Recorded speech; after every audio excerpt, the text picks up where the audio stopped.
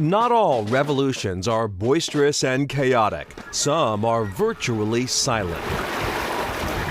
Actually, the only thing you're really hearing is the sound of the water and the waves, and the sound of the electric motor is pretty negligible. You may never look at or hear an outboard engine the same way ever again.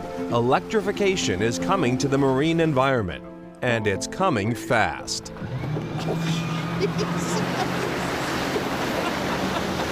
It's going. Bristol, Rhode Island-based Flux Marine is making electric outboards with available models up to 100 horsepower.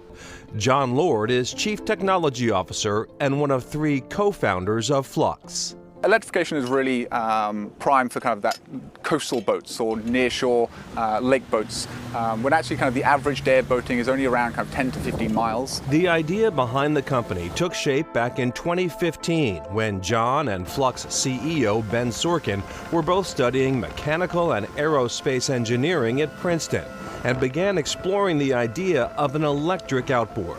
We're one of the very few companies who's truly developing something from the ground up. Whereas we're not taking a legacy combustion outboard and gutting it and putting electric vehicle components inside. Yes, there are battery packs where the gas tank would be. And yes, the outboard attaches to the boat like any other. But most of the technology is proprietary and secretive. Chief Operating Officer Dalen Franton, who brings a business degree to the founding group, grew up with Ben tinkering on boats in the summertime. They both wanted to solve for some of the pain points of boating: maintenance, fuel costs, and repairs. And for us, it's really about making that process simpler. So really lowering the barrier to entry into actually owning and maintaining and taking care of a boat. Charge time is about 6 to 12 hours, and battery life depends a lot on how you drive the boat. It may not work yet for long offshore fishing trips, but it's more than enough for how most recreational boaters operate. We like to say it's good for a full day of boating, but it really depends on how you use the boat. But if you start thinking about inshore, coastal, lake, reservoir, river, bay, it's more than enough on a boat about 25 feet or below. If you're looking for an even quieter way to cruise on the water, you could opt for legacy technology: sailing.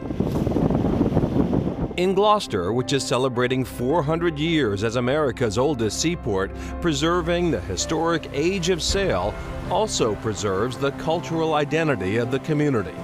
Justin Dimitri is historian at the Maritime Gloucester Museum. We've just gotten to the point where this era is escaping living memory. There's very few people, if any, that recall those last days of the fishing schooners. And it happened very quickly. If we didn't have vessels like this, we would lose a really important part of that story. The museum offers experiential education, including a program for every 3rd, 4th, and 5th grader in Gloucester. Michael DeCoster is Maritime Gloucester's executive director. What we do here is we give them that connection to all these things that have mattered, that are imbued in us. You know, it's been 400 years of being a fishing community, a schooner community, a seafaring community. We've had an intricate connection to the ocean, and we are working very hard to make sure that that doesn't go away by training the next generation of mariners and marine scientists. There was a time when no schooners were left in the harbor. Slowly, they have come back.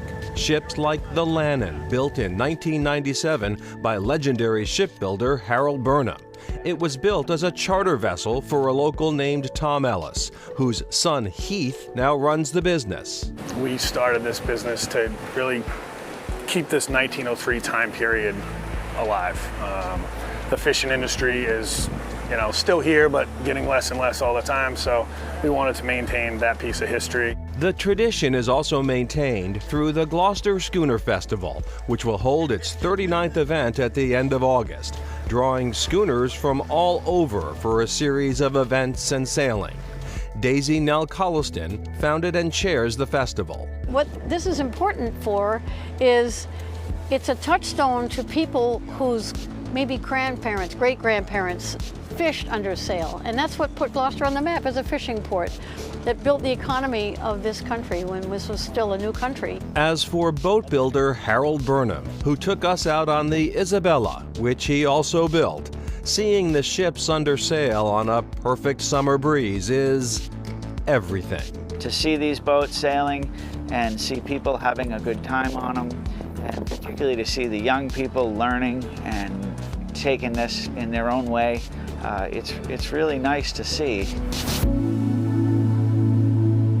Just so beautiful, as we were just talking about. And the Gloucester Scooter Festival, hosted by Maritime Gloucester, will be August 31st through the 3rd of September. And back to Flux Marine, a boat with one of their engines is about 15 to 20% more expensive than a traditional outboard motorboat. But of course, they say you make that up on the back end with less costs for repairs, maintenance, and of course, you're never stopping at the fuel dock again. They just got the contract with Princeton, as a matter of fact, to electrify all of their coach boats for the crew team. Better for them, obviously, because they're not having to breathe in any exhaust, and quieter and more efficient. It's great news. All right, next, plotting the ocean floor.